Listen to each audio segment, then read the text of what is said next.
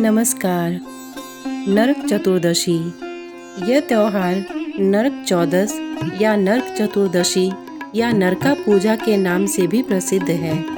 मान्यता है कि कार्तिक कृष्ण चतुर्दशी के दिन प्रातःकाल तेल लगाकर चिचड़ी की पत्तियां जल में डालकर स्नान करने से नरक से मुक्ति मिलती है।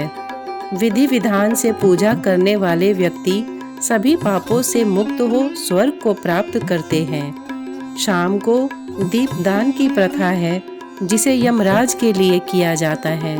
दीपावली को एक दिन का पर्व कहना न्यायोचित नहीं होगा।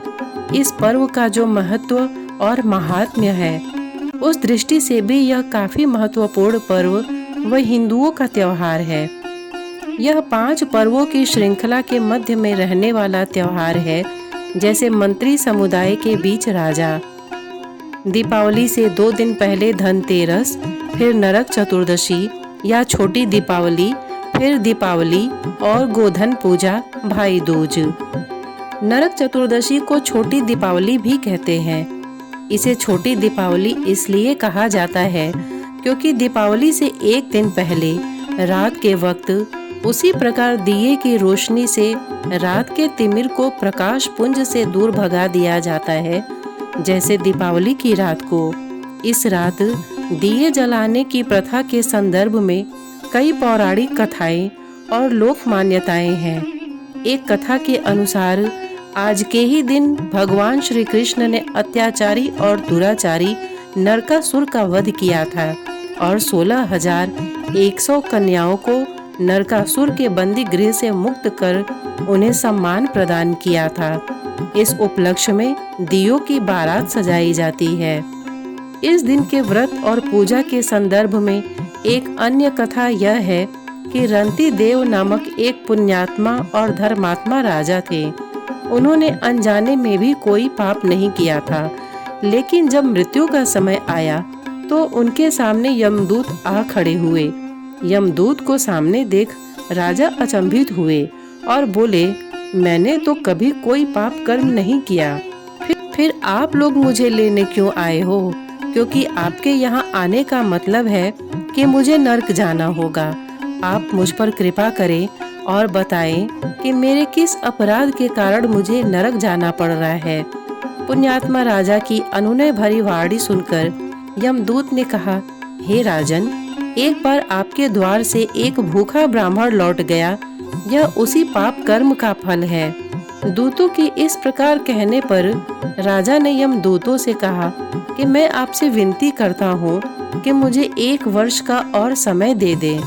यमदूतों ने राजा को 1 वर्ष की मोहलत दे दी। राजा अपनी परेशानी लेकर ऋषियों के पास पहुँचा और उन्हें सब वृतांत कहकर उनसे पूछा कि कृपया इस पाप से मुक्ति का क्या उपाय है। ऋषि बोले, हे राजन, आप कार्तिक मास की कृष्ण पक्ष की चतुर्दशी का व्रत करें और ब्राह्मणों को भोजन करवा उनसे उनके प्रति हुए अपने अपराधों के लिए क्षमा याचना करें। राजा ने वैसा ही किया जैसा ऋषियों ने उन्हें बताया। इस प्रकार राजा पाप मुक्त हुए और उन्हें विष्णु लोक में स्थान प्राप्त हुआ। उस दिन से पाप और नरक से मुक्ति हेतु भूलोक में कार्तिक चतुर्दशी के दिन का व्रत प्रचलित है। इस दिन सूर्योदय से पूर्व उठकर तेल लगाकर और पानी में चिरचिरी के पत्ते डालकर उसे स्नान करने का बड़ा महात्म्य है। स्नान के पश्चात विष्णु मंदिर और कृष्ण मंदिर में भगवान का दर्शन करना अत्यंत पुण्यदायक कहा गया है। इससे पाप कटता है और रूप सौंदर्य की प्राप्ति होती है।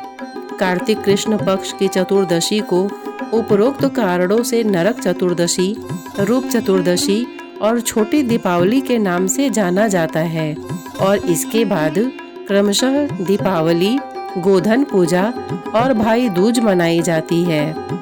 सूर्योदय से पूर्व उठकर स्नान आदि से निपटकर यमराज का तर्पण करके 3 अंजलि जल अर्पित करने का विधान है। संध्या के समय दीपक जलाए जाते हैं। इस त्योहार को मनाने का मुख्य उद्देश्य घर में उजाला और घर के हर कोने को प्रकाशित करना है। कहा जाता है दीपावली के दिन भगवान श्री रामचंद्र जी 14 वर्ष का वनवास पूरा कर अयोध्या आए थे, तब अयोध्या वासियों ने अपनी खुशी के दिए जलाकर उत्सव मनाया व भगवान श्री रामचंद्र, माता जानकी व लक्ष्मण का स्वागत किया। धन्यवाद।